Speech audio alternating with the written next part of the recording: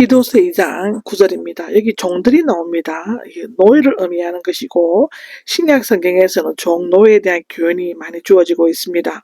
에베소서 6장 5절에서 8절, 골로새서 3장 22절에 나옵니다. 그 이유는 당시 초기 교인들 중에 종의 신분을 가진 사람들이 많이 있었기 때문입니다.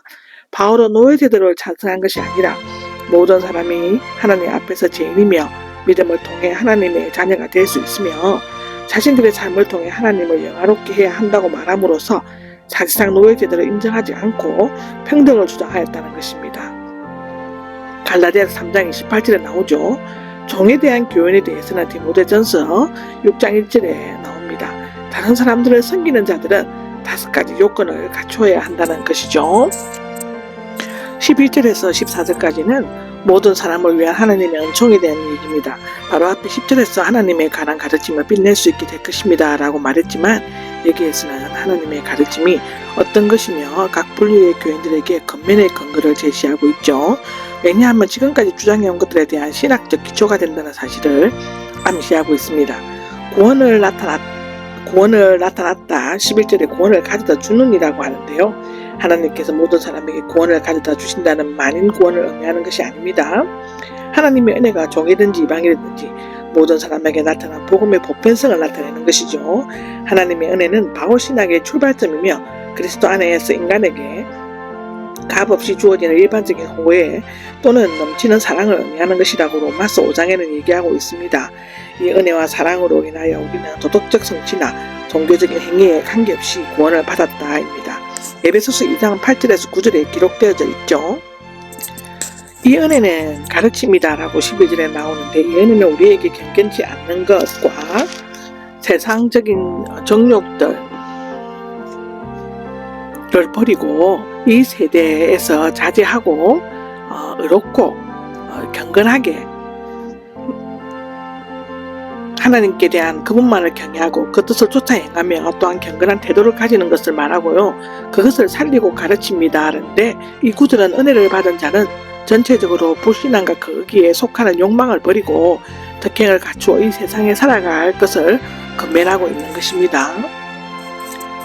복된 소망과 기다리게 해줍니다 라고 13절에 나오죠. 구원받은 성도가 이 세상에 살면서 기다리는 것은 첫째는 복된 소망, 둘째는 그리스도 예수의 영광이 나타날 것입니다.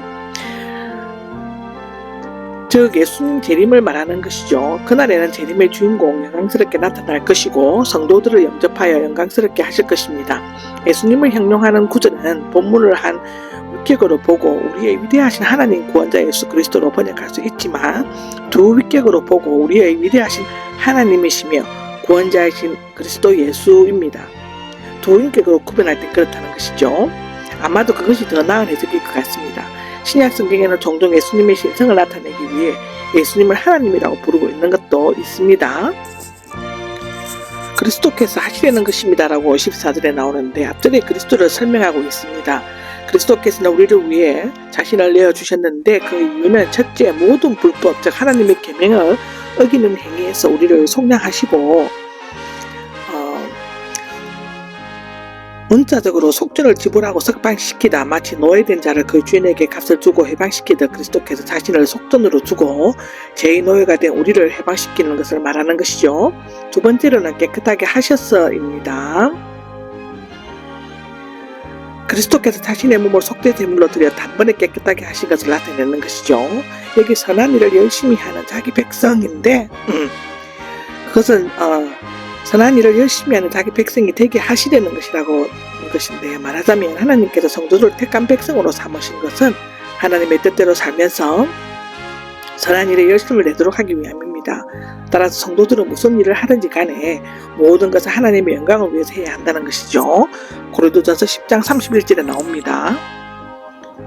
바울은 앞에 10절에서 하나님께 관한 가르침에 대해 말한 후 이에 대해서 11절에서 14절에서 해설을 했고 이것에 근거하여 15절에서 모든 교인들에게 권면을 하고 있는 것이죠.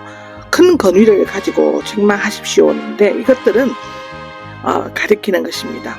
디도는 단지 하나님의 가르침을 말하는 것만으로 안 되고 다시 이것을 행하도록 권고하고 많이 그들이 행하지 않을 때에는 하나님의 메시지를 말하는 것이므로 큰 권위를 가지고 책망해야만 한다는 것입니다. 이 권위는 세속적인 인간적인 권위가 아니라 하나님께로부터 부여받은 신적 사도적 권위를 의미하는 것이죠.